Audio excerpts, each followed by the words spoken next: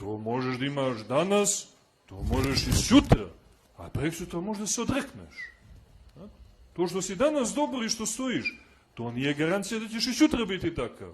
Što reče jedan sveti otac, mnogo moćno, i samo toliko o njemu u starečniku kaže, za njega se kaže da je svakog dana postavljao novi početak.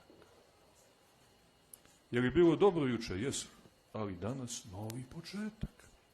Je li bilo loše juče? Jesu, ali danas novi početak. Znate, mnogo moćno. Ne bi bilo loše to da zapamtite pa da probate koliko je od sutra ili možda od večeras ako ste odlučili da probdijete ovu noć. Novi početak. Nema, juče je poraz, sutra novi početak. Juče je pobjeda, sutra novi početak, da te ne bi iznenadile samuvjernost.